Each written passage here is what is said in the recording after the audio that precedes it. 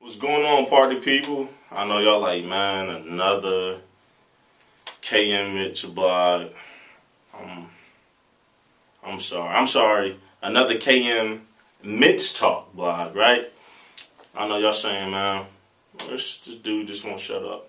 I promise this is the last one tonight, but I do have something to talk about. So, this is KM Mitch Talk blog 4. And in my opinion, and I think, many other professional audio engineers would agree, one of the most important, I would say the most important, but if not the most important tool and step in mixing is gain staging. So what is gain staging? All right, let's rewind the clocks. We got to go back to analog equipment because even though we're dealing with digital things now, the setup and how we do things is still how analog equipment is. So basically, if you was working on analog equipment, which some of us are, I work on analog equipment, love it. I have a hybrid setup. But anyways, though, if you was working on analog equipment, you were using gain, right? The input of it, and sometimes dealing with the output as well, going into another box in your chain, right?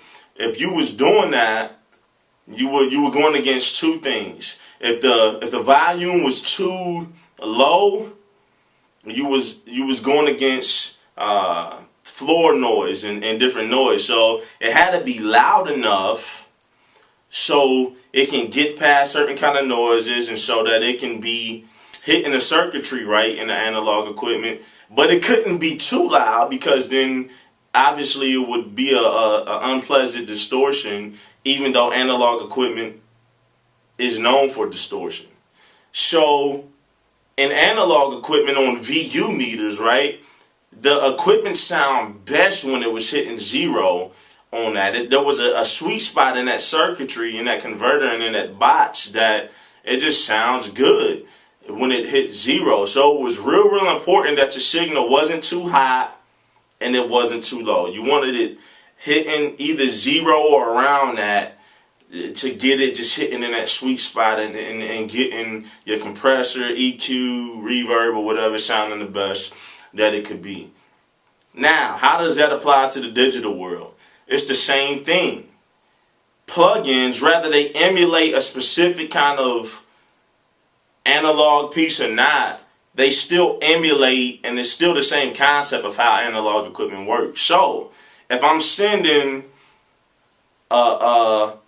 say a vocal into a compressor too hot, is not that the plugin is going to sound like crap, right? I'm not going to get the full potential of how it sounds. But if I send a vocal into that compressor too low at the same time, it's not going to get it either. So I need to send it in at that perfect spot so I can hit that sweet spot of it, right? So we gain the most out of plugins and we gain the most out of different tools when we mix. If we gain stage, if we get it right at gain staging, we do that. So one, it's important that we hit sweet spots in either our analog equipment or our digital plugins. That's real important that we capture the best sound and hit the best sweet spot of that using gain staging. Second, it leaves more headroom, especially when we're dealing with digital mixing inside the box, which is the computer. On analog equipment, it's like, the hotter the better, right?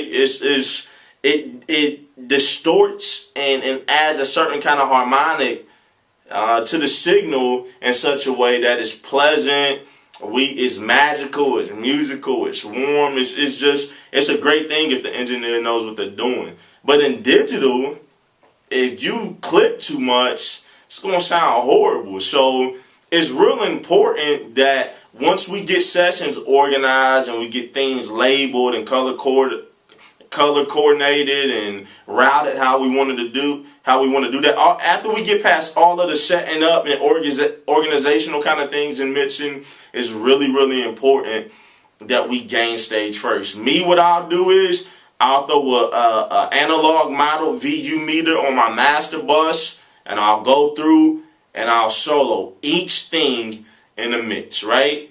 And I'll get it to where it's hitting around 0. And I have to do a video tutorial actually showing that process so y'all can see it. But I'll get it to where it's hitting at 0. If it's 100 tracks in a song, I'm doing that 100 times. And I'm using click gain to do that. So I'm either like pulling something down so it's hitting 0 on those meters, or I'm pulling something up. Why is that? Because I want to hit the sweet spots in my plugins, and I want to give myself more headroom where I'm not clipping my master bus, and to where my stuff can be used. You got to think, your mix has to be mastered as well. Like, you don't want the master engineer to be like, I need more headroom. Like, you don't want it to sound horrible, because in the end, just because something is louder doesn't mean that it's better, right? It may be louder, but it's thinner and smaller in reality. So it's real important. And not only are you gain staging in the beginning, but you're kind of you're monitoring your gain level constantly throughout the mix, right? Because I don't want to send it